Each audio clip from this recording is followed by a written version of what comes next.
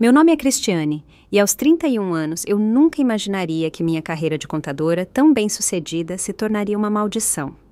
Por 7 anos, eu sustentei financeiramente minha família, que, supostamente, estava passando por dificuldades.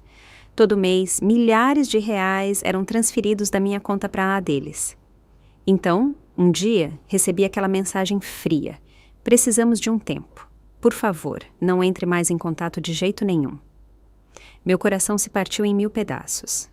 Eu me formei em ciências contábeis com uma dívida de financiamento estudantil que parecia uma montanha nas minhas costas. Mesmo assim, eu estava orgulhosa por ser a primeira da minha família a ter um diploma universitário. Consegui uma vaga em uma pequena firma de contabilidade em Curitiba. O salário inicial era modesto, mas era meu, conquistado com anos de estudo até tarde e trabalhos de fim de semana na faculdade. Naquela época, meu relacionamento com a família era o que a maioria chamaria de normal, talvez até de muito próximo. Minha mãe, Lúcia, trabalhava como recepcionista em um consultório de dentista. Meu pai, Carlos, tinha um emprego estável como gerente de estoque em uma empresa de móveis. Minha irmã mais nova, Helena, ainda estava no colégio, sonhando em se tornar enfermeira. E havia meu tio Ricardo, irmão do meu pai, que sempre foi meu maior fã. Ele nunca perdeu uma formatura, um recital de piano ou um momento importante na minha vida.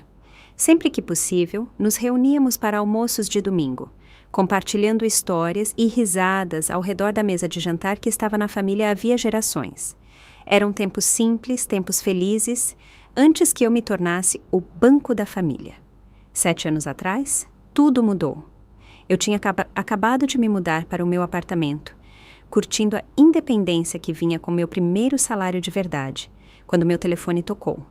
Era minha mãe, com a voz tremendo de tanto chorar. Cris, meu bem, odeio ter que te pedir isso, mas estamos com um problema sério, ela disse entre soluços. Seu pai perdeu o emprego, a empresa está cortando funcionários e a hora não podia ser pior.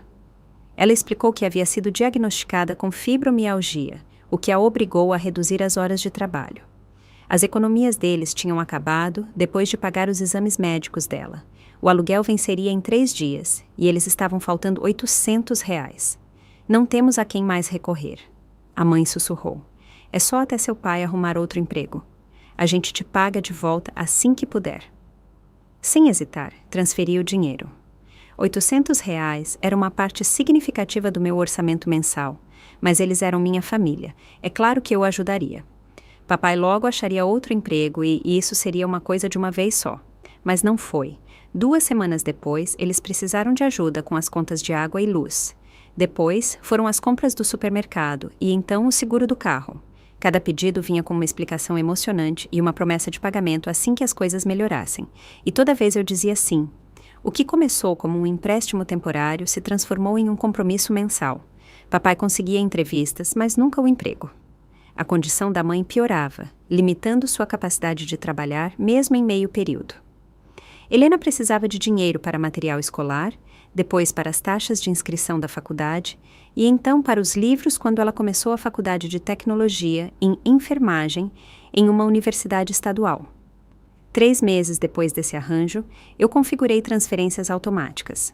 Parecia mais eficiente do que ficar respondendo a ligações de pânico a cada poucas semanas. R$ 500 no dia 1º do mês e mais 500 no dia 15. Isso forçava o meu orçamento, mas eu dava um jeito. Aceitei projetos extras na firma, trabalhava nos fins de semana e com o tempo fui promovida. Mais dinheiro significava que eu poderia dar mais para a minha família, que estava lutando para sobreviver. Enquanto isso, meus próprios sonhos foram deixados de lado. O fundo para a entrada da minha primeira casa crescia a passo de tartaruga. A viagem para a Europa que eu havia planejado desde a faculdade foi adiada indefinidamente. Minhas contribuições para a aposentadoria se mantinham no mínimo exigido para o benefício da empresa, bem abaixo do que meu consultor financeiro recomendava. Família em primeiro lugar, eu dizia a mim mesma toda vez que sentia uma pontada de ressentimento. Eles fariam o mesmo por mim. À medida que os meses se transformaram em anos, as transferências automáticas aumentaram junto com o meu salário. No terceiro ano, eu já estava mandando R$ 2.000 por mês, cobrindo não apenas as necessidades básicas, mas também ajudando com a faculdade de Helena e despesas inesperadas que pareciam sempre aparecer. No começo, criei planilhas para acompanhar as minhas contribuições, planejando me certificar de que eles poderiam me pagar de volta um dia. Eventualmente, parei de atualizá-las. No fundo, eu sabia que nunca mais veria aquele dinheiro, e admitir a verdade doía demais. A gratidão da minha família era constante no começo. Minha mãe me ligava chorando, me abençoando por ser uma filha tão maravilhosa. Meu pai prometia que me compensaria quando se reerguesse. Helena me mandava cartões de agradecimento feitos à mão com desenhos dentro. Tio Ricardo era o único que parecia preocupado com a situação. Você tem certeza de que pode bancar isso, Chris? Ele perguntou durante um dos nossos encontros para tomar café. Parece que você está carregando a família inteira nas costas. É temporário, eu garanti, embora na época já tivessem se passado 2 anos. Além disso, eles são família. O que mais eu deveria fazer? Deixá-los serem despejados? Ele me deu um longo olhar, mas deixou o assunto de lado. Olhando para trás, eu deveria ter prestado mais atenção na preocupação em seus olhos. O ano 4 trouxe outra promoção no trabalho e um aumento significativo de salário. Agora, eu era contadora sênior com uma renda respeitável. Em vez de finalmente priorizar meus próprios objetivos financeiros, aumentei o apoio à família para R$ 2.500 por mês. A essa altura já havia se tornado algo automático, esperado. As ligações de agradecimento se tornaram mensagens de texto de agradecimento. E então, apenas confirmações. Recebido. Valeu. Minha vida social sofreu. Meus amigos pararam de me convidar para restaurantes caros ou viagens de fim de semana porque eu sempre recusava. Meu colega de trabalho, um rapaz chamado João, me chamou para sair. Mas nosso breve relacionamento acabou quando eu não conseguia explicar por que estava sempre fazendo hora extra, mas ainda parecia ter problemas financeiros. Eu não podia admitir que estava sustentando a minha família inteira. Me parecia, ao mesmo tempo, que eu estaria me gabando de ser uma boa filha e admitindo que estavam se aproveitando de mim. No 7º ano, eu já tinha dado à minha família bem mais de R$ 100.000. O peso dessa responsabilidade tinha se tornado tão normal que eu raramente a questionava. Eu tinha 31 anos, com uma carreira bem-sucedida no papel, mas minha conta bancária contava uma história diferente. Essa era a minha vida agora. Trabalhar, economizar um pouco, mandar o resto para a família e repetir o ciclo. Mal sabia eu que tudo estava prestes a mudar. A mudança na atitude da minha família foi tão gradual que eu quase não percebi. Quase. Começou com as ligações. Onde minha mãe costumava ligar várias vezes por semana para saber como eu estava, nossas conversas se reduziram a breves trocas a cada 15 dias. Quando eu ligava para eles, sempre havia uma desculpa para não poderem conversar por muito tempo. Papai estava sempre prestes a sair, mamãe não estava se sentindo bem e precisava descansar. Helena estava estudando para uma prova importante. Nossos almoços de domingo em família se tornaram eventos mensais e depois trimestrais. Toda vez que eu sugeria visitá-los, havia uma desculpa. A casa estava sendo pintada, a mãe estava com um dia de muita dor, eles tinham outros compromissos. Eu pensava que era porque todos estavam ocupados com suas próprias vidas. Papai ainda estava procurando emprego, a mãe estava cuidando da saúde e a Helena estava focada na faculdade. Fazia sentido que eles tivessem menos tempo para reuniões de família. Isso até o meu 30º aniversário. Eu sempre fazia questão dos aniversários de todos. Para o 60º da minha mãe, eu tinha trazido a irmã dela de Salvador de surpresa. Para o aniversário do meu pai, eu tinha conseguido ingressos para um jogo do Corinthians, o time de futebol favorito dele. Para os 21 anos de Helena, eu tinha planejado uma festa de fim de semana inteira. Então, quando meu 30º aniversário chegou, eu esperava pelo menos um telefonema, talvez uma pequena comemoração, talvez um cartão carinhoso. Não recebi nada. Nenhuma ligação, nenhuma mensagem de texto, nenhum cartão. O dia se passou em completo silêncio da minha família. Eu checava meu telefone constantemente, me perguntando se havia algum problema técnico. Cheguei a ligar para uma operadora para confirmar se meu telefone estava funcionando corretamente. E estava. Minha família simplesmente tinha esquecido. Ou, pior, Eles tinham lembrado e decidido não se manifestar. Naquela noite, meus colegas de trabalho me levaram para um happy hour improvisado, depois de notarem meu humor abatido. Minha amiga Olivia trouxe um bolo pequeno para o meu apartamento mais tarde. Eu apaguei as velas sozinha depois que ela foi embora, fazendo um desejo para que minha família estivesse apenas planejando uma surpresa atrasada. Eles não estavam. Uma semana se passou, depois 2, nenhuma menção ao meu aniversário, nenhum desejo atrasado, nada. Quando finalmente toquei no assunto durante uma breve ligação com a minha mãe, a resposta dela foi apressada. Ah, meu bem, me desculpa. As coisas têm andado tão corridas por aqui. A gente te compensa da próxima vez que você vier. Mas o convite para visitá-los nunca veio. 3 meses depois do meu aniversário esquecido, eu estava navegando no Instagram quando vi algo que me revirou o estômago. Uma foto dos meus pais e da Helena sorrindo largamente em frente à Torre Eiffel, em Paris. A postagem era de 2 dias antes. Fiquei olhando para a imagem, incapaz de entender o que estava vendo. Minha família, que eu estava sustentando financeiramente porque não podia pagar o aluguel, de alguma forma tinha encontrado dinheiro para uma viagem para a França. Uma viagem que eles não tinham me mencionado em nenhum momento. Com as mãos tremendo, liguei para a minha mãe. Ah, Chris! Ela pareceu surpresa em me ouvir. Tudo bem, meu amor. Estou bem, eu disse, tentando manter a voz firme. Eu acabei de ver umas fotos interessantes no Instagram. Quando vocês iam me contar sobre a viagem a Paris? Um longo silêncio se seguiu. Foi uma coisa de última hora, ela finalmente disse. A Helena tem se dedicado tanto na faculdade, e seu pai e eu achamos que ela merecia uma folga. Foi só uma viagem de fim de semana rápida. Uma viagem rápida de fim de semana para a França, partindo de Curitiba? Perguntei. Isso deve ter custado milhares de reais. A gente achou uma promoção, a mãe disse rapidamente. E seu tio Ricardo ajudou um pouquinho também. Isso não parecia ser o tio Ricardo.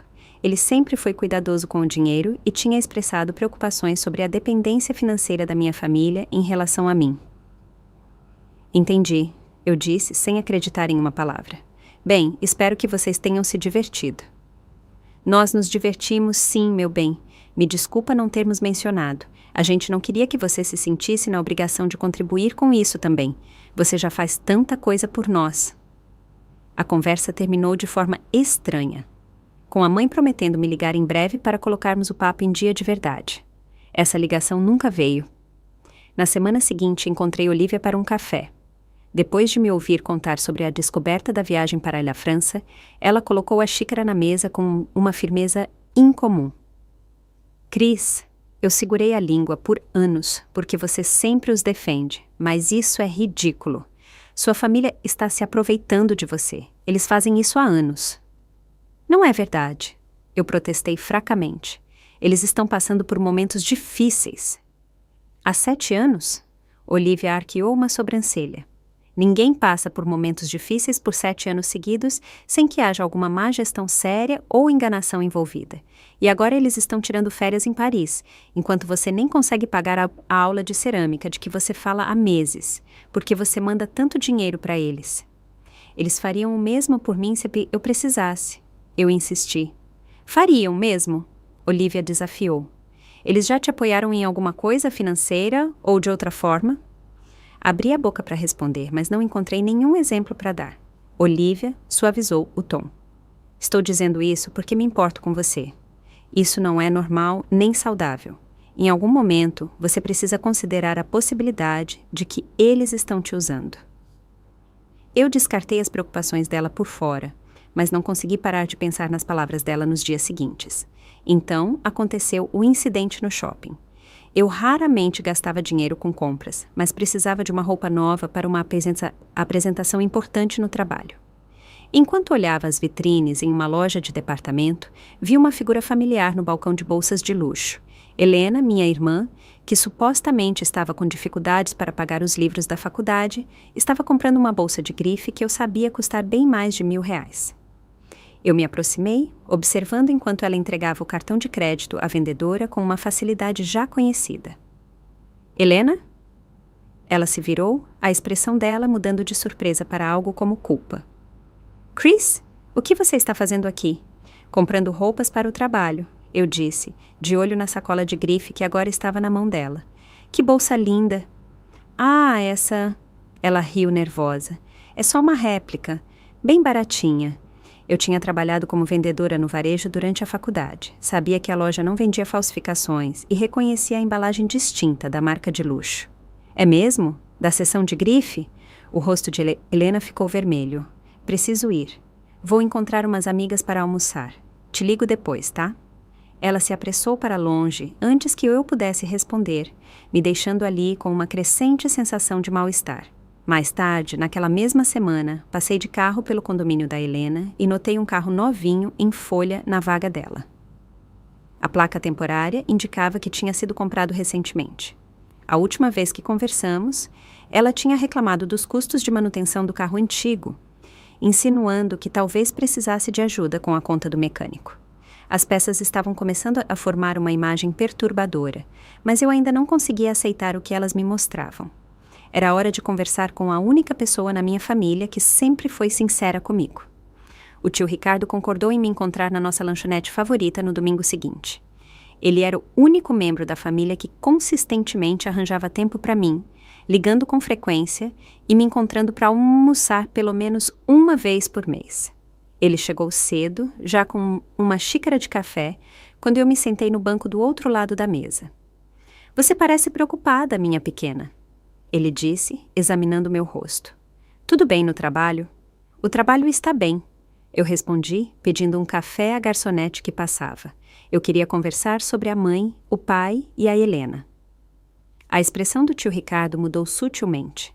Ele pousou a caneca e suspirou. Eu estava me perguntando quando essa conversa ia acontecer. — Que conversa? — perguntei. — Aquela em que você finalmente percebe o que está acontecendo. Meu estômago se apertou. — E o que exatamente está acontecendo, tio Ricardo? Ele parecia angustiado, passando a mão pelos cabelos grisalhos. — Sua família tem se aproveitado da sua generosidade, Chris. Há anos. A mãe disse que você ajudou a pagar a viagem para Paris. Eu disse, observando a reação dele com atenção. As sobrancelhas do tio Ricardo se arquearam. — O quê?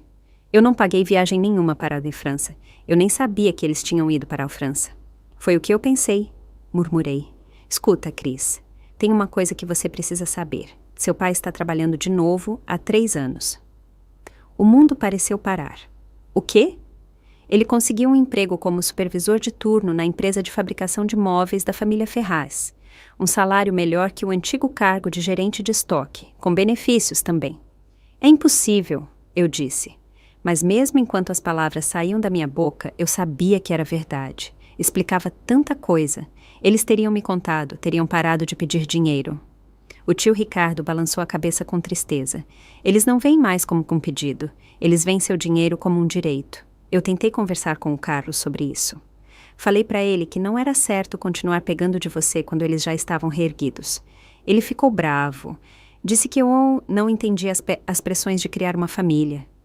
E os problemas de saúde da sua mãe, a fibromialgia dela é real, mas ela a tem controlado bem o suficiente para começar a trabalhar em meio período no escritório da igreja, há 2 anos. Não é muito, mas entre isso e o emprego do seu pai, eles estão bem financeiramente. Na verdade, estão mais que bem. Pensei na viagem a Paris, na bolsa de grife da Helena, no carro novo dela. Eles estão vivendo bem, ou não, com o meu dinheiro. Tio Ricardo balançou a cabeça com a expressão séria. Seus pais reformaram a cozinha no ano passado, balcões de granito, eletrodomésticos novos, tudo do bom e do melhor. E a Helena andou falando sobre uma viagem para o Rio de Janeiro com as amigas. Enquanto você se mata de trabalhar até a exaustão para bancar o estilo de vida deles. Meu café chegou, mas eu não consegui beber. Minha garganta parecia seca. Por que você não me contou antes? Tio Ricardo parecia genuinamente arrependido. Eu tentei, do meu jeito. Lembra de todas as vezes em que eu perguntei se você tinha certeza de que podia continuar sustentando-os? Mas você sempre parecia tão decidida para ajudar. E eles também são minha família. Isso me colocou numa posição impossível. Ele estendeu a mão na mesa para apertar a minha. Me desculpa, Chris, eu deveria ter sido mais direto. A culpa não é sua, eu disse. embora uma parte de mim desejasse que ele tivesse me contado antes que eu tivesse dado tanto da minha vida. Tem mais, Ricardo continuou com relutância. No mês passado, quando eu estava ajudando seu pai com a jardinagem, ouvi seus pais discutindo se deveriam te pedir para aumentar sua contribuição para ajudá-los com um apartamento que eles queriam comprar na praia. Um apartamento na praia? Você está falando sério? Eu os confrontei sobre isso. Disse que era uma vergonha, até mesmo pensar em te pedir mais, quando eles não tinham sido honestos sobre a situação. Sua mãe ficou na defensiva, disse que eles mereciam coisas boas depois de tudo o que tinham passado. Seu pai me acusou de ter inveja do planejamento financeiro deles. Foi assim que ele chamou, Chris. Planejamento financeiro. Eu me senti fisicamente mal. 7 anos de sacrifícios, de colocar a minha vida em espera, reduzidos a planejamento financeiro para as compras de luxo dos meus pais. Eles já falaram em me pagar de volta? Perguntei, já sabendo a resposta. Tio Ricardo balançou a cabeça. Nunca os ouvi mencionar isso. Acho que na cabeça deles é isso que os filhos fazem pelos pais. Eles se convenceram de que têm direito ao seu apoio. Passei a próxima hora fazendo perguntas ao tio Ricardo, preenchendo as lacunas da enganação da minha família, como eles tinham começado de forma pequena, com uma necessidade genuína, mas continuaram com a farsa muito depois que a necessidade tinha passado. Como eles justificavam isso ocasionalmente me comprando pequenos presentes no Natal ou no meu aniversário, como se uma blusa de R$ 50 compensasse milhares em apoio mensal. Como eles tinham começado a se ressentir das minhas perguntas sobre a busca de emprego ou o orçamento deles, vendo isso como uma intrusão em vez de uma preocupação razoável. Quando terminamos nosso almoço, que eu nem toquei, eu tinha uma imagem mais clara da traição da minha família do que eu jamais tinha desejado. O que você vai fazer? Ricardo perguntou enquanto estávamos no estacionamento. Ainda não sei, eu admiti. Mas algo tem que mudar. Isso não pode continuar. Ele me abraçou forte.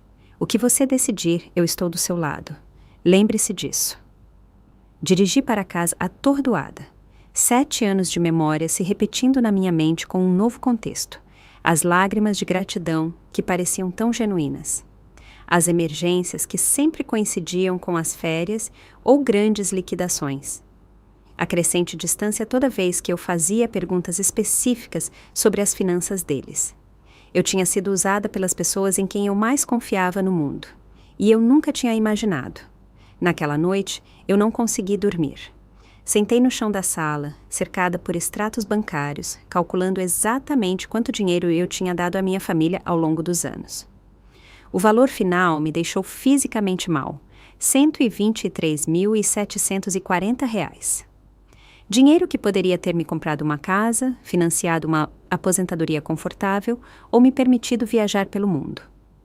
Chorei até não ter mais lágrimas, e então me sentei em um silêncio anestesiado, observando o nascer do sol pela janela do meu apartamento. A traição era mais profunda do que eu poderia ter imaginado. Não se tratava apenas de dinheiro. Era sobre confiança, respeito e amor. Minha família não tinha demonstrado nada disso por mim. Pela manhã, eu soube que precisava de ajuda profissional para processar essa revelação. Pela primeira vez em anos, liguei para o trabalho dizendo que estava doente e marquei uma consulta de emergência com uma terapeuta que eu tinha visitado brevemente depois de um término difícil. A doutora Patrícia Oliveira se lembrou de mim e abriu um espaço na agenda para aquela tarde. Em seu consultório calmo e ensolarado, eu contei a história inteira, desde a primeira ligação desesperada por dinheiro para o aluguel até as revelações do tio Ricardo. O que você está descrevendo é um abuso financeiro. A doutora Oliveira disse gentilmente quando eu terminei. É particularmente doloroso porque veio da sua família. As pessoas que esperamos que nos protejam, não que nos explorem. Eu me sinto tão estúpida, sussurrei. Como não percebi? Porque você agiu com amor e confiança, o que é natural com a família. Eles se aproveitaram do seu bom coração, não da sua inteligência. Ela se inclinou para a frente. A questão agora é quais limites você precisa estabelecer daqui para a frente. Limites. A palavra parecia estranha quando aplicada à família. Eu nunca tinha pensado que precisava de proteção das pessoas que me criaram. Não posso continuar dando dinheiro para eles. Eu disse, a decisão se tornando clara enquanto eu falava, não quando eles têm mentido para mim. Isso parece um limite razoável. A doutora Kate Oliveira concordou, mas sinto que você está preocupada em como comunicar isso. Eu concordei com a cabeça. Eles dependem do meu dinheiro, ou, pelo menos, construíram o estilo de vida deles em torno dele. Você está com medo das consequências se você os cortar completamente. Sem aviso, ela completou para mim. Isso é compreensível. Talvez uma abordagem de transição seria mais confortável para você. Passamos o resto da sessão discutindo as opções. Quando saí, eu tinha para ti um plano. Eu escreveria um e-mail explicando que eu sabia da melhoria da situação financeira deles e que eu estaria gradualmente reduzindo o meu apoio ao longo de 6 meses, encerrando-o completamente após esse período. Isso daria a eles tempo para ajustar seus gastos ou aumentar sua própria renda. Pareceu justo, até generoso, considerando a enganação deles. Em casa, passei horas elaborando o e-mail. Eu queria ser clara sem ser acusatória, firme sem ser cruel. Expliquei que tinha ficado sabendo sobre o emprego do meu pai, o trabalho de meio período da minha mãe e a melhoria de suas circunstâncias financeiras. Detalhei como sustentá-los tinha afetado a minha própria saúde financeira e a segurança do meu futuro. Propus o período de transição de 6 meses com reduções mensais no apoio e sugeri que nos reuníssemos para discutir um plano para que eles, eventualmente, me pagassem de volta, pelo menos uma parte do que eu tinha dado a eles ao longo dos anos. Antes de enviá-lo, encaminhei o rascunho para o tio Ricardo, pedindo a opinião dele. Ele me ligou imediatamente após ler. É mais generoso do que eles merecem. Ele disse francamente. Mas reflete quem você é, Chris. Compassiva mesmo quando está magoada. Eu acho que é uma boa abordagem. Você vai ajudá-los a se ajustarem se eles tiverem dificuldades com a transição? Eu perguntei. É claro, ele prometeu. Farei o que puder para apoiá-los nessa mudança e para te apoiar em estabelecer esses limites necessários. A tranquilidade que ele me deu a coragem que eu precisava. Respirei fundo e apertei enviar, depois desliguei o telefone, incapaz de encarar a reação imediata deles. Na manhã seguinte, acordei me sentindo mais leve, apesar da incerteza lá à frente. Pela primeira vez em anos, me permiti pensar sobre os meus próprios sonhos, independentemente das necessidades da minha família. Olhei anúncios de imóveis para pequenas casas de primeiro morador. Pesquisei o preço de uma viagem de 15 dias para ir à Itália. Calculei a rapidez com que eu poderia pagar o resto das minhas dívidas do financiamento se eu redirecionasse o dinheiro do apoio à família para a redução das dívidas. As possibilidades eram ao mesmo tempo empolgantes e aterrorizantes. Eu tinha me definido como a provedora da família por tanto tempo que não tinha certeza de quem eu era sem esse papel.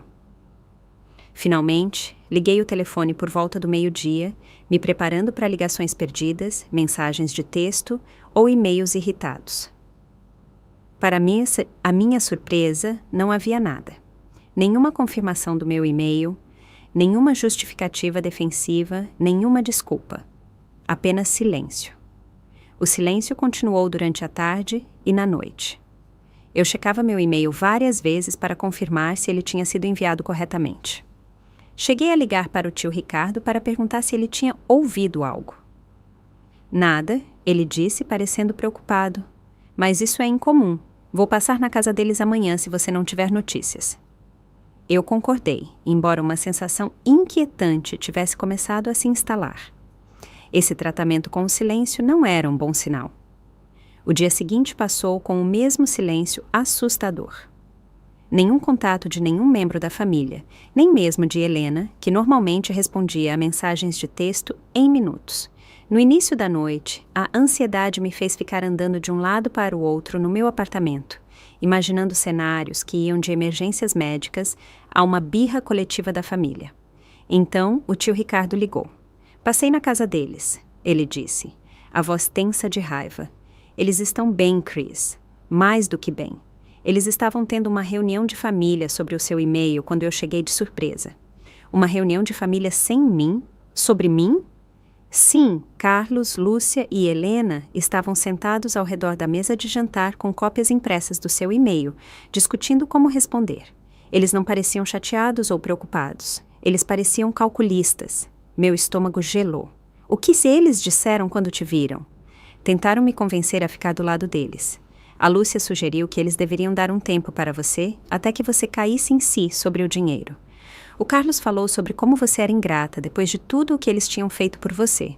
A Helena estava preocupada em ter que abandonar a faculdade sem o seu apoio, apesar do fato de que ela tinha acabado de comprar aquele carro novo. Cada palavra parecia um golpe físico. Eles nem sequer estavam considerando a minha proposta. Eles estavam criando uma estratégia para me manipular a continuar os pagamentos.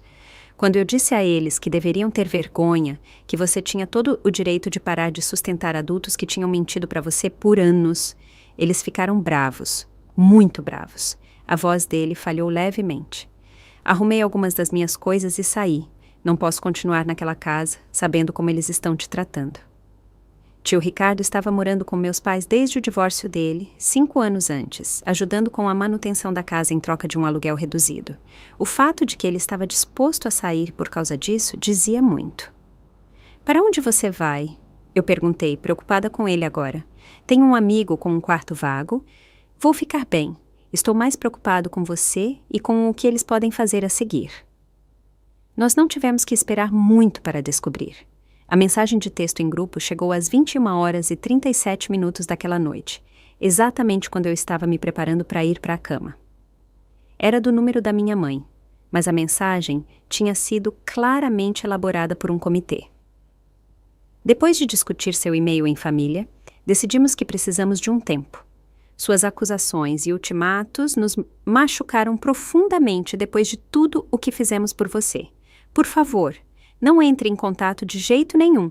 Nós vamos entrar em contato quando estivermos prontos para seguir em frente. Eu fiquei olhando para o telefone, lendo e relendo o descaso frio. Nenhuma menção à enganação deles. Nenhuma gratidão pelos 7 anos de apoio financeiro. Nenhuma consideração pelos sacrifícios que eu tinha feito. Apenas uma ordem para eu desaparecer até que eles decidissem que eu era digna da atenção deles novamente. A injustiça me consumiu. Eles tinham tirado mais de R$100 mil de mim com falsas desculpas.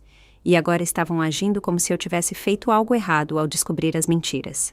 Minhas mãos tremeram enquanto eu checava as redes sociais, apenas para descobrir que eles já tinham me bloqueado no Instagram e até mesmo no LinkedIn. Uma remoção digital completa de suas vidas. Liguei para o tio Ricardo, que atendeu na primeira chamada. Eles mandaram uma mensagem de texto em grupo. Eu disse. Minha voz surpreendentemente firme. Eles querem um tempo. Eles me bloquearam em todas as redes sociais. Aqueles ingratos, manipuladores. Ele não terminou a frase, respirando fundo em vez disso. Me desculpa, Chris. Eu sabia que eles poderiam reagir mal, mas isso está além do que eu esperava. Isso é quem eles se tornaram e não tem nada a ver com você. Você merece muito mais. O que eu faço agora? Eu perguntei, me sentindo sem rumo. Agora você vive sua vida, Ricardo disse com firmeza. A reação deles apenas confirmou tudo o que suspeitávamos. Eles só davam valor a você pelo que você podia dar. A vergonha é deles, não sua. Depois que desligamos, eu me sentei imóvel no sofá, tentando processar a decisão final da mensagem de texto. Minha família tinha escolhido o dinheiro em vez do relacionamento. Eles tinham me cortado por ter a audácia de parar de financiar o estilo de vida deles. As pessoas que deveriam ter me amado incondicionalmente tinham colocado uma condição bem específica em seu amor: apoio financeiro contínuo. Uma estranha calma se instalou em mim à medida que a realidade se confirmava. Na tentativa de me punir, minha família, na verdade, tinha deixado claro exatamente onde eu me encaixava na vida deles. Não havia mais ambiguidade, nem mais benefícios da dúvida para estender. Eles tinham me mostrado quem realmente eram. Com essa clareza veio a determinação. Peguei meu telefone e digitei uma breve resposta para a mensagem de texto em grupo. É claro, cancelarei minhas transferências automáticas a primeira coisa amanhã. Então, liguei para a central de atendimento do meu banco, que funciona 24 horas por dia. O atendente foi solícito e eficiente, cancelando todas as transferências automáticas para as contas dos meus familiares. Ele perguntou se eu queria bloquear futuras transferências para esses números de conta, e após um momento de hesitação, eu disse sim. Há mais alguma coisa em que posso ajudar a senhora? Ele perguntou de forma simpática. Não é só isso. Muito obrigada.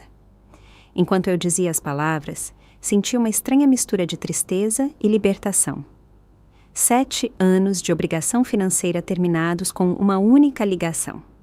Eu dormi surpreendentemente bem naquela noite, como se um peso tivesse sido fisicamente tirado do meu corpo.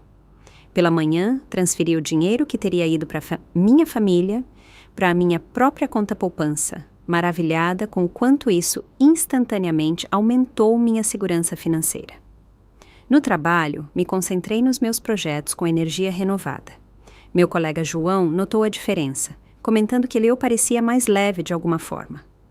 Eu apenas sorri e disse que tinha resolvido um problema pessoal antigo.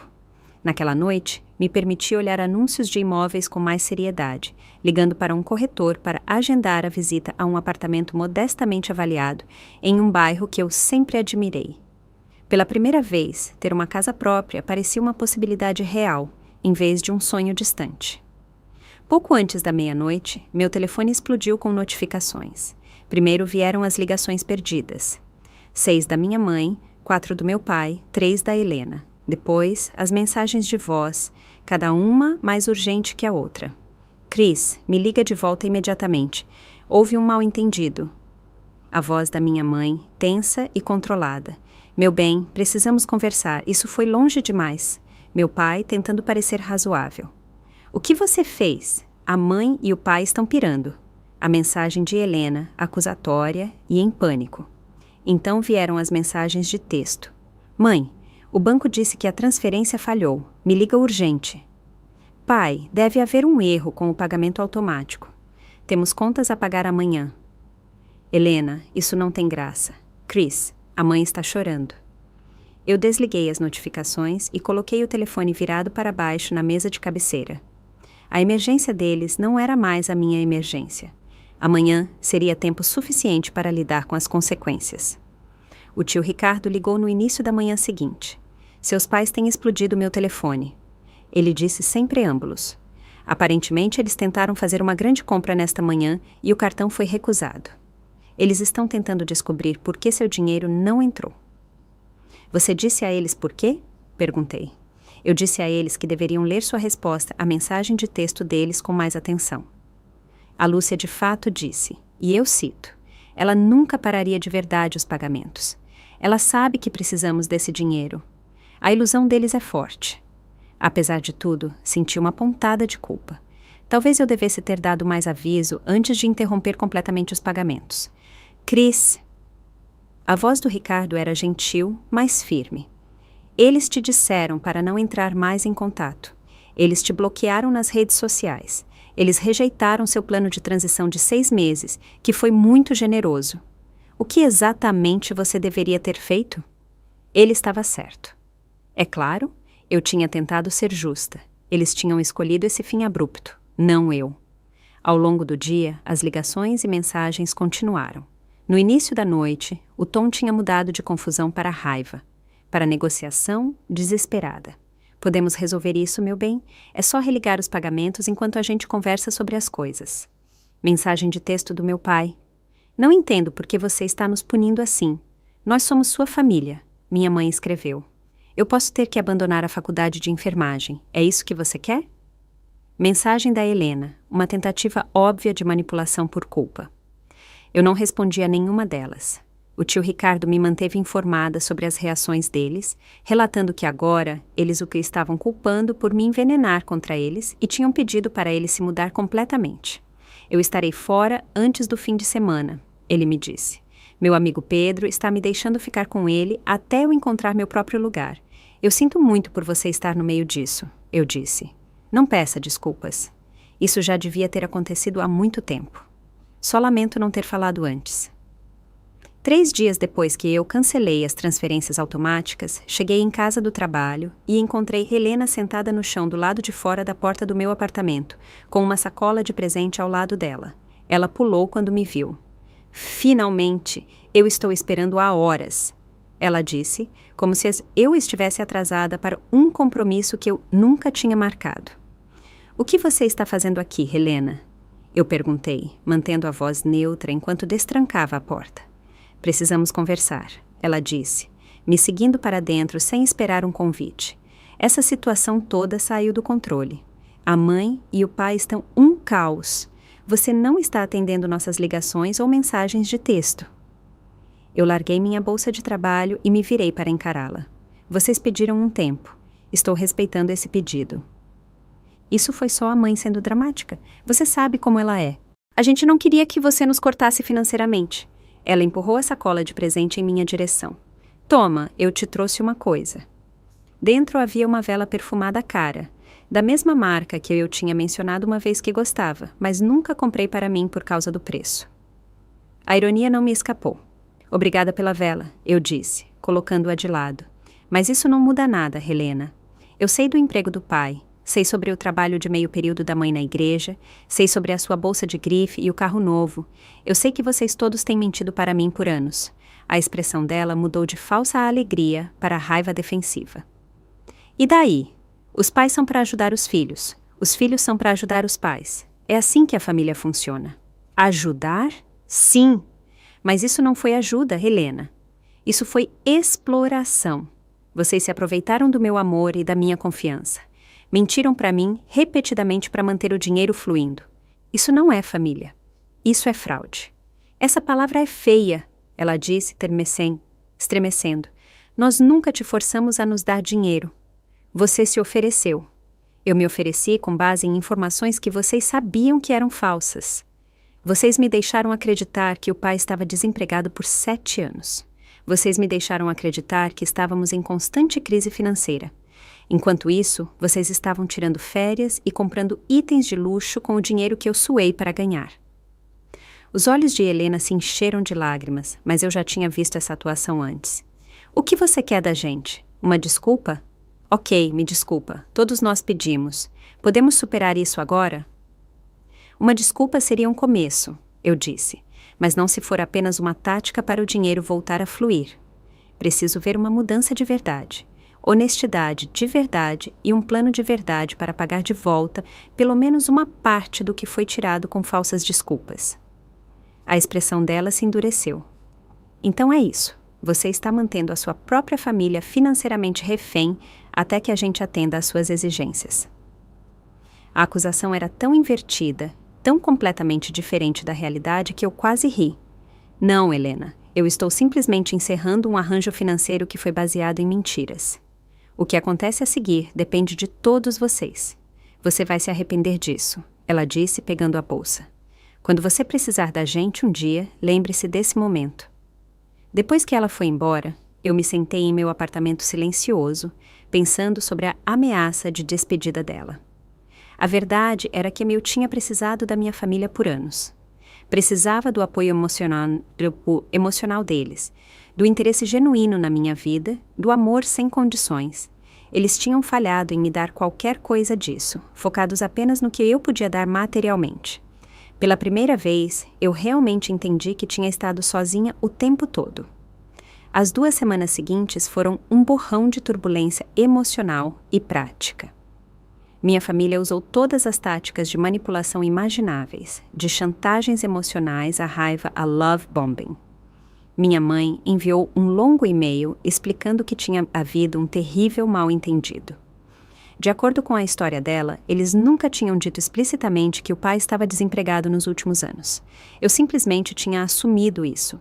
Eles não tinham mencionado o emprego dele ou o trabalho de meio período da mãe porque não queriam me sobrecarregar com os detalhes de suas lutas diárias. A viagem para a França tinha sido ganha em uma rifa da igreja, uma afirmação que eu sabia ser falsa. As compras de grife de Helena eram todas de lojas de outlet, que tinham uma ótima promoção. Cada explicação era frágil, fácil de ser desmentida e ignorava completamente o problema central. Eles tinham deliberadamente criado a impressão de desespero financeiro para me fazer continuar enviando dinheiro. Meu pai adotou uma abordagem diferente, deixando mensagens de voz cheias de desculpas por qualquer má comunicação e culpando a situação em tempos estressantes e falta de planejamento financeiro. Ele nunca admitiu a enganação deliberada. Em vez disso, caracterizando toda a situação como uma série de mal-entendidos lamentáveis que poderiam ser resolvidos se eu apenas voltasse a dar o apoio financeiro enquanto resolvíamos as coisas em família. Helena alternava entre mensagens de texto irritadas, me acusando de traição, e mensagens chorosas sobre a possibilidade de ter que sair da faculdade. Quando eu não respondia, ela apareceu no meu trabalho com flores, criando uma cena desconfortável na área da recepção, que terminou com minha gerente pedindo para ela ir embora. Durante tudo isso, eu mantive meu silêncio, seguindo o conselho da Dra. Oliveira de me dar espaço para processar meus sentimentos antes de me envolver com eles novamente. Em vez disso, me concentrei em reconstruir minha vida. Me encontrei com um consultor financeiro que me ajudou a criar um plano para maximizar meus novos recursos. Dei a entrada para um apartamento modesto, mas charmoso, em um bairro que eu amava. Reservei uma viagem de 15 dias para a Itália, para a próxima primavera, algo que eu tinha sonhado desde a faculdade. E me matriculei na aula de cerâmica que Olivia vinha recomendando há meses. Tio Ricardo, agora instalado no quarto vago do amigo, se tornou meu apoio mais consistente. Nós nos encontrávamos para jantar 2 vezes por semana, comparando anotações sobre nossas respectivas jornadas para longe da dinâmica familiar tóxica que nós dois tínhamos apoiado de maneiras diferentes. Seus pais me ligaram ontem, ele me disse durante um dos nossos jantares. Eles querem marcar uma reunião de família para acertar as contas. Acho que eles estão finalmente percebendo que você está falando sério sobre isso. O que você disse a eles? Eu perguntei. Eu disse que só participaria se eles viessem preparados para assumir total responsabilidade por suas ações e com um plano concreto para compensar o que fizeram. O Carlos desligou na minha cara. Eu sorri apesar da situação. Eles não estão acostumados com a gente tendo limites. Não estão, Ricardo concordou. Mas eles terão que se adaptar se quiserem que a gente volte para as vidas deles. 3 semanas após a mensagem de texto inicial, minha mãe ligou e, surpreendentemente, eu atendi. Queremos nos encontrar com você, ela disse sem rodeios. Todos nós, incluindo o Ricardo, se ele vier. Em um lugar neutro, você escolhe. Por quê? Eu perguntei simplesmente. Porque somos família, Cris. As famílias não devem ser destruídas por mal-entendidos sobre dinheiro. Ainda era retratado como um mal-entendido, não como uma enganação deliberada, mas era o mais próximo de uma trégua que eles tinham oferecido. Vou pensar sobre isso, eu disse, não querendo me comprometer imediatamente. Após consultar a doutora Oliveira, eu concordei com a reunião, com condições específicas. Seria em um restaurante público de minha escolha. O tio Ricardo estaria presente, e eu iria embora imediatamente se eles se tornassem manipuladores ou se recusassem a reconhecer os fatos da situação. Nós nos encontramos no sábado seguinte em uma churrascaria tranquila no centro da cidade. Meus pais e Helena chegaram juntos, todos vestidos de forma mais formal do que a ocasião exigia, como se estivessem participando de uma negociação de negócios. Tio Ricardo e eu chegamos separadamente, trocando um olhar de apoio antes de nos sentarmos na grande mesa de canto. Um silêncio desconfortável pairou enquanto o garçom distribuía os cardápios e pegava os pedidos de bebidas. Ninguém parecia disposto a ser o primeiro a falar. Finalmente, meu pai pigarreou. Chris, primeiro de tudo, queremos pedir desculpas por como as coisas aconteceram. Essa situação saiu do controle e lamentamos a mensagem de texto em grupo. Foi escrita no calor do momento. Era um começo, mas nem perto do reconhecimento total que eu precisava. Pelo que exatamente vocês estão se desculpando, pai? Pela mensagem de texto ou pelos anos de enganação sobre a situação financeira de vocês? Ele se mexeu desconfortavelmente. Nós nunca tivemos a intenção de te enganar. Nós simplesmente não queríamos te preocupar com os altos e baixos da nossa recuperação financeira. Recuperação de quê? Eu insisti. Você teve um emprego estável por 3 anos. De acordo com o tio Ricardo, a mãe tem trabalhado em meio período por 2 anos. Ainda assim, vocês continuaram a aceitar milhares de reais meus por mês, sem nunca sugerir que o valor pudesse ser reduzido porque a situação de vocês tinha melhorado. Minha mãe interveio. Nós deveríamos ter sido mais transparentes sobre a melhora das nossas circunstâncias. Isso foi errado da nossa parte e lamentamos muito.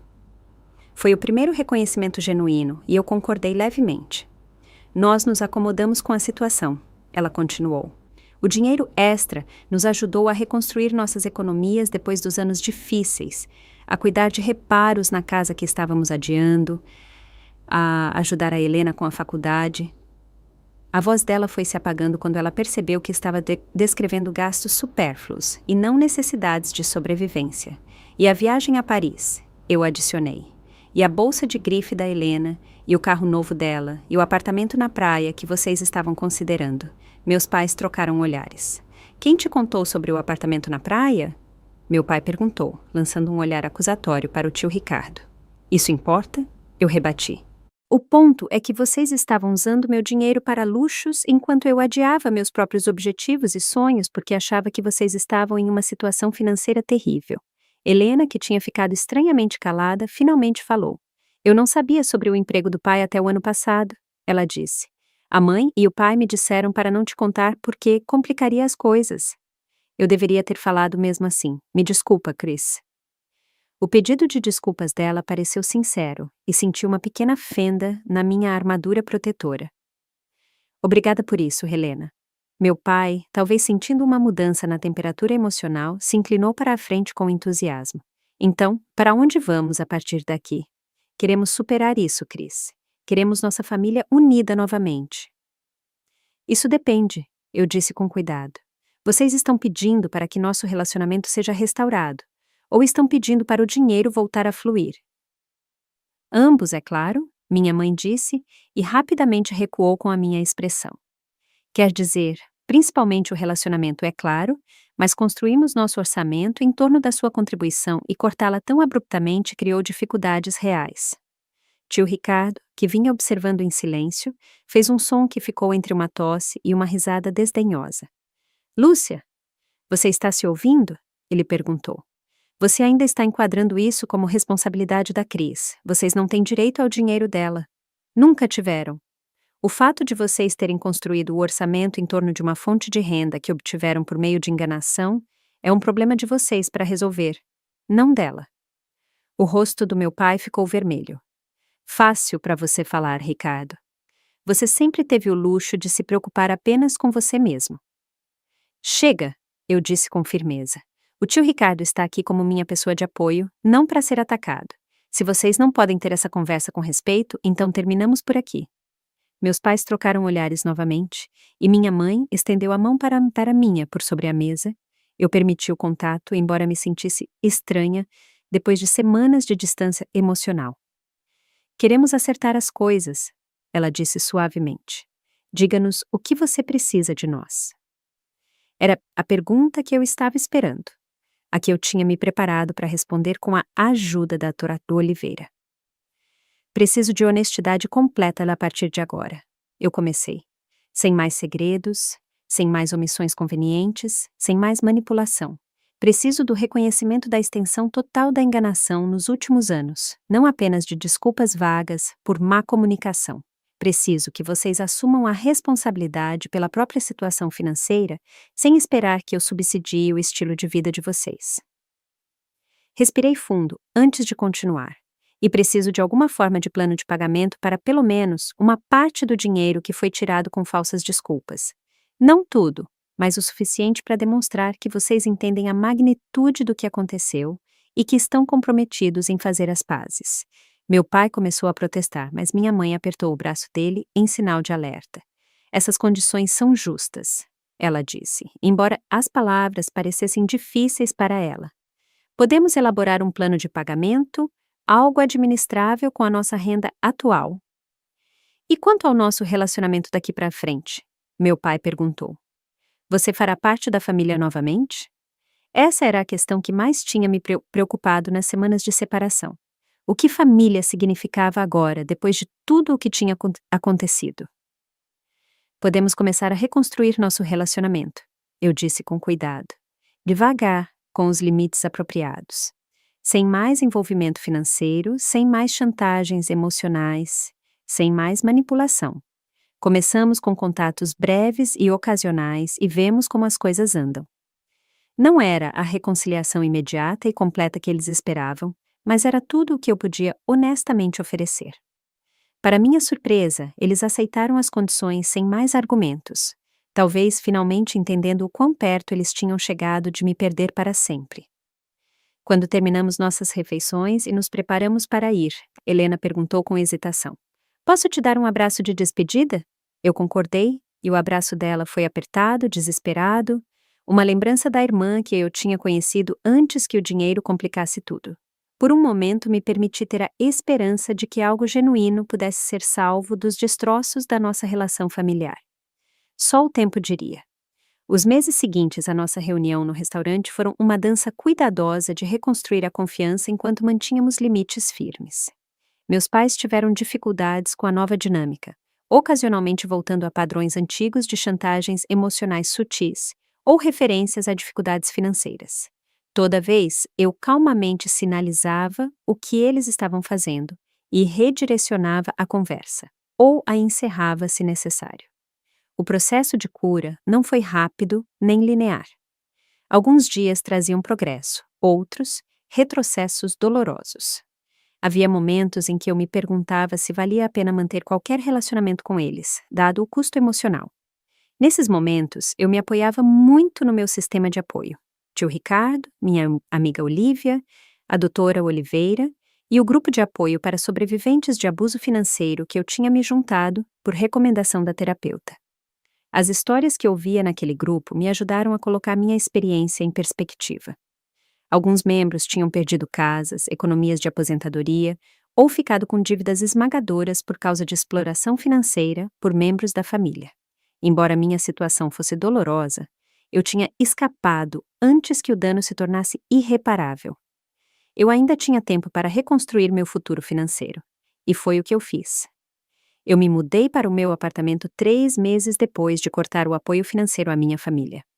No dia em que recebi as chaves, fiquei na sala vazia, dominada pela percepção de que aquele espaço era realmente meu, conquistado com meu próprio trabalho duro e recursos recém-protegidos. Tio Ricardo me ajudou a pintar as paredes e a montar os móveis. Olívia organizou uma festa de boas-vindas na qual nenhum dos convidados era meu parente de sangue. Ainda assim, cada pessoa ali tinha demonstrado mais cuidado genuíno pelo meu bem-estar do que minha família imediata tinha demonstrado em anos. Meus pais e Helena não foram convidados para a festa. Nosso contato permaneceu limitado a encontros ocasionais para tomar café ou breves ligações, sempre nos meus termos e no meu horário. Eles tinham começado a fazer pequenos pagamentos mensais de volta, como prometido, embora os valores fossem simbólicos em comparação com o que eles tinham tirado. Mesmo assim, o reconhecimento simbólico importava mais do que o próprio dinheiro. 6 meses depois desse novo arranjo, eu embarquei em um avião para minha tão adiada viagem para a Itália. Ficar na Capela Sistina, olhando para a obra-prima de Michelangelo. Eu tive a percepção de que eu teria perdido esse momento se eu tivesse continuado a sustentar minha família indefinidamente. Quantas outras experiências, conexões e oportunidades eu tinha sacrificado no altar de uma falsa obrigação? A viagem se tornou um ponto de virada na minha jornada de cura. Longe dos lembretes diários do drama familiar, eu me reconectei com partes de mim mesma que tinham sido negligenciadas por anos. Redescobri meu amor pela história da arte e pela exploração espontânea. Fiz amigos com outros viajantes e moradores locais, praticando as frases em italiano que eu tinha aprendido em um aplicativo durante as pausas para o almoço no trabalho. Mais importante ainda, experimentei alegria sem culpa pela primeira vez em anos. Sem cálculos mentais de como meu fundo de viagem poderia ter ajudado minha família. Sem mensagens de texto preocupadas, checando se eles precisavam de dinheiro enquanto eu estava egoisticamente me divertindo. Apenas prazer puro e descomplicado no momento.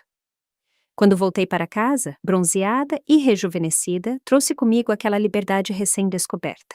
Retomei as aulas de cerâmica, entrei em um grupo de trilha e até mesmo aceitei sair para um encontro com João, do trabalho, que tinha notado a mudança em mim e me chamou para sair de novo. Meu relacionamento com minha família continuou a evoluir, às vezes de forma dolorosamente lenta. Houve retrocessos, como quando minha mãe acidentalmente me incluiu em um e-mail para a família estendida descrevendo dificuldades financeiras que eu sabia que eram exageradas, ou quando meu pai sugeriu que eu lhes emprestasse dinheiro para um reparo na casa, como se a nossa história fosse apenas uma nota de rodapé menor, em vez de uma quebra fundamental de confiança. Cada incidente exigia um reforço firme dos limites, às vezes incluindo períodos de contato reduzido quando eles forçavam demais. Mas também houve momentos de conexão genuína. Ajudar Helena a estudar para uma prova difícil, comemorar a promoção do meu pai no trabalho, apoiar minha mãe durante um breve susto de saúde. Tio Ricardo permaneceu meu aliado firme durante todo o tempo, tendo estabelecido seu próprio relacionamento mais saudável com meus pais a uma distância segura de seu novo apartamento. Eles estão tentando. Ele me lembrava durante momentos de frustração. Nem sempre conseguindo, mas tentando. 1 ano exato depois de receber aquela mensagem de texto fria, eu convidei minha família para jantar no meu apartamento. Foi a primeira vez que eles estiveram na minha nova casa, uma escolha deliberada da minha parte para manter a separação entre o meu santuário e as complicações do nosso relacionamento. Enquanto estávamos sentados ao redor da minha mesa de jantar, a conversa fluiu mais facilmente do que em meses. Havia uma corrente de consciência, um reconhecimento mútuo da jornada que tínhamos percorrido e do trabalho que ainda estava por vir. Mas também havia risadas, interesse genuíno nas vidas uns dos outros e momentos de conexão autêntica que me lembraram por que eu tinha escolhido manter contato apesar de tudo. Depois do jantar, enquanto desfrutávamos do café e da sobremesa que Helena tinha trazido, meu pai pigarreou. "Quero dizer uma coisa", ele começou, a voz incomumente hesitante. "Este último ano foi difícil, mas também esclarecedor. Eu não percebi o quanto tínhamos chegado a te ver como um recurso, em vez de uma filha. Tenho profunda vergonha disso agora." Minha mãe balançou a cabeça, com lágrimas nos olhos. "Nós perdemos de vista o que importa. O dinheiro se tornou mais importante do que nosso relacionamento com você, e isso foi terrivelmente errado. Somos gratas por você ter nos dado uma chance de fazer as pazes." "Nem todo mundo teria feito isso", Helena acrescentou. As palavras deles eram simples, mas um reconhecimento profundo do que eu tinha precisado ouvir por meses. As desculpas não eram perfeitas, mas eram sinceras, de uma forma que as declarações anteriores deles não tinham sido. "Obrigada", eu disse em voz baixa. "Isso significa muito para mim." Mais tarde, depois que eles foram embora e eu estava lavando a louça com o tio Ricardo, ele esbarrou o ombro gentilmente no meu. "Você conseguiu, minha pequena", ele disse com orgulho. "Você quebrou o ciclo." E eu tinha. Ao me manter firme no meu valor, ao me recusar a ser valorizada apenas pelo que eu podia oferecer materialmente, eu tinha forçado uma mudança fundamental na nossa dinâmica familiar. O caminho tinha sido doloroso, o custo alto, mas o resultado era um relacionamento mais saudável, construído com base no respeito mútuo, em vez da exploração. A lição mais profunda que aprendi com essa provação foi a diferença entre generosidade e autossacrifício. A verdadeira generosidade vem de um lugar de força e escolha, não de obrigação ou manipulação. Ela tem limites e expectativas claros. Ela não diminui quem a dá ou permite padrões prejudiciais em quem a recebe. Também aprendi que, às vezes, o amor exige dizer não, que estabelecer limites não é egoísmo, mas sim uma necessidade para relacionamentos saudáveis, que meu valor como filha, como pessoa, nunca esteve ligado às minhas contribuições financeiras. Hoje, eu ainda ajudo a minha família ocasionalmente, mas nos meus termos. Uma pequena assistência específica para necessidades legítimas, nunca um apoio indefinido ou transferências automáticas. Nosso relacionamento melhorou, embora a reconstrução da confiança continue diariamente, uma pequena interação positiva de cada vez. Quanto a mim, estou florescendo de maneiras que eu nunca poderia ter enquanto carregava o peso das exigências financeiras da minha família. Minha carreira avançou, meu círculo social se expandiu, e eu comecei a construir uma vida rica em experiências, em vez de esvaziada por obrigações. A mensagem de texto que uma vez partiu meu coração, no final, me levou à minha libertação. Ao tentar me punir, minha família, sem querer, me deu o empurrão que eu precisava para recuperar minha vida. E por isso, ironicamente, eu sou grata. Gostou da minha história e de qual cidade está ouvindo? Vamos nos encontrar nos comentários. Se você gostou da história, pode me apoiar enviando um super thanks, para que eu possa continuar trazendo mais histórias como essa. Já te agradeço muito pelo apoio. Estou esperando seus comentários sobre a história. No vídeo, você pode ver 2 novas histórias de vida que eu recomendo de coração. Tem muito mais no meu canal, não esquece de se inscrever. Até a próxima história de vida, com carinho e respeito.